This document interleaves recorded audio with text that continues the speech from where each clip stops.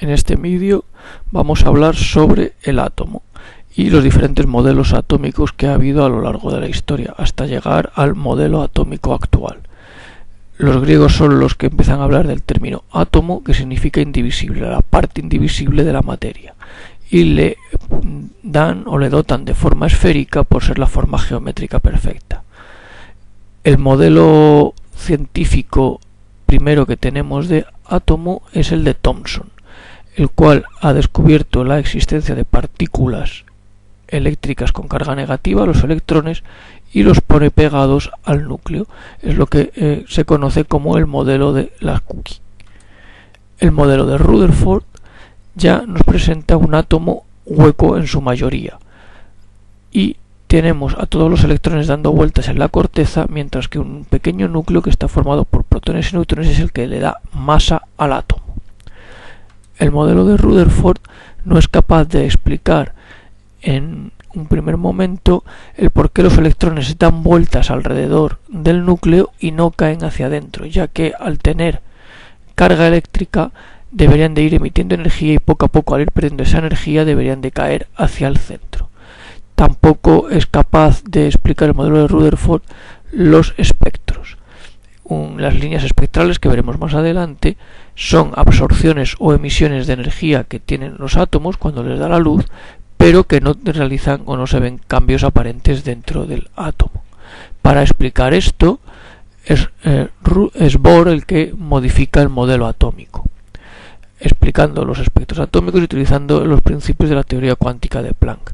Lo que hace Bohr es dividir los electrones que están en la corteza en diferentes niveles y asigna un número de electrones máximo a cada uno de los niveles, aumentando el número de electrones en función de lo que nos vamos alejando del núcleo. El modelo de Bohr también tiene pequeños problemas, y es que Louis de Broglie explica que toda partícula tiene asociada una onda, y como los electrones son partículas muy pequeñas, tienen que tener asociada una onda muy grande. Por tanto, no pueden meterse en una órbita fija.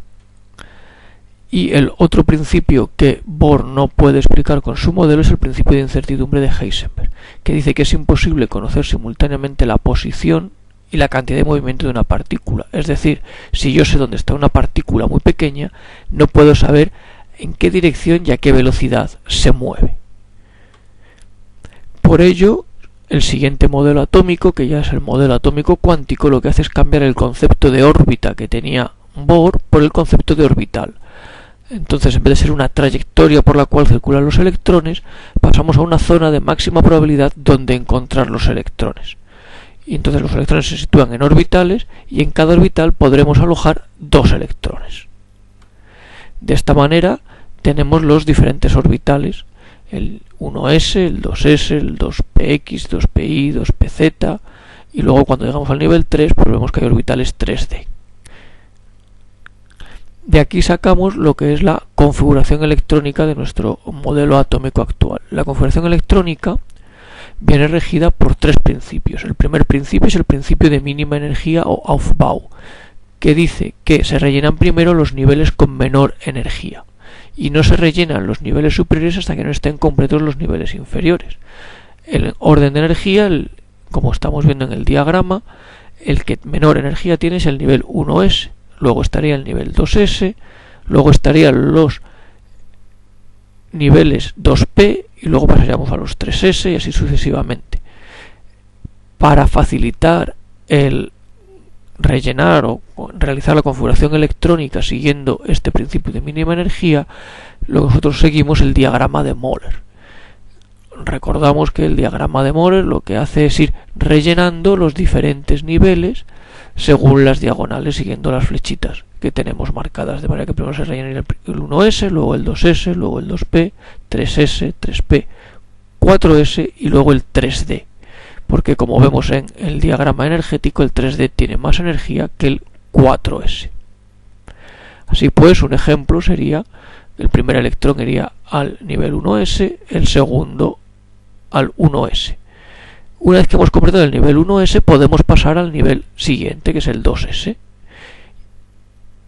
y una vez que hemos terminado con el 2s podríamos pasar al nivel 2p. Hasta que no hemos completado un nivel no podemos pasar al siguiente. Eso es lo que dice el principio de mínima energía. El siguiente principio que vamos a ver es el principio de máxima multiplicidad de Hund. Cuando un nivel electrónico tiene varios orbitales con la misma energía, los electrones se van colocando desapareados en ese nivel electrónico. Según el tipo de orbital en el que estemos, veremos que tienen varias orientaciones o tienen varios suborbitales con la misma energía. En los orbitales S solo existe el orbital S, pero en los P, como hemos visto, tienen el PX, el PI y el PZ. Tenemos 3 niveles con la misma energía. Entonces, cuando vamos rellenando este nivel P, el primer electrón iría a uno de los orbitales, al PX, el siguiente electrón iría al PI y el siguiente electrón iría al PZ. Una vez que tenemos los 3 orbitales llenos con un electrón es cuando empezaríamos a completar el nivel. Cada uno de estos niveles o orbitales de misma energía se deben a que están colocados en diferente orientación espacial. Los veremos más detalladamente cuando hablemos de los números cuánticos. El último principio es el principio de exclusión de Pauli. No se puede hablar de dos electrones que tengan los 4 números cuánticos iguales, es decir, no puede haber 2 electrones con la misma orientación en el mismo orbital. Por eso, cuando nosotros rellenamos un nivel, por ejemplo el 3s, cuando ponemos el segundo electrón no ponemos las 2 flechas que indican el movimiento del electrón en la misma dirección, sino que colocamos un electrón orientado hacia arriba y otro orientado hacia abajo. Adelantando lo que vamos a ver en los números cuánticos, esto será cuando tengamos el spin 1 medio y menos 1 medio, como ya sabemos.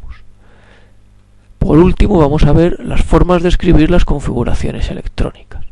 Existe la forma completa, por ejemplo el selenio, que tiene 34 electrones. Iríamos rellenando todos los niveles, indicándolos desde el nivel 1, el 1s, el 2s, el 2p, el 3s, el 3p, el 4s, el 3d y el 4p. Y existe la forma abreviada, por la cual el mismo selenio, que es Z34, solo vamos a poner los electrones del último nivel, indicando entre paréntesis el gas noble justo anterior al selenio, en este caso es el argón. Y entonces todos los electrones que hay a partir del argón sí que los iríamos colocando y tendríamos el 4s2, 3d10 y el 4p4. Podemos escribir también la configuración electrónica explicando o demostrando el principio de máxima multiplicidad. Recordamos, el principio de máxima multiplicidad decía que tenemos que tener los electrones lo más desapareados posibles.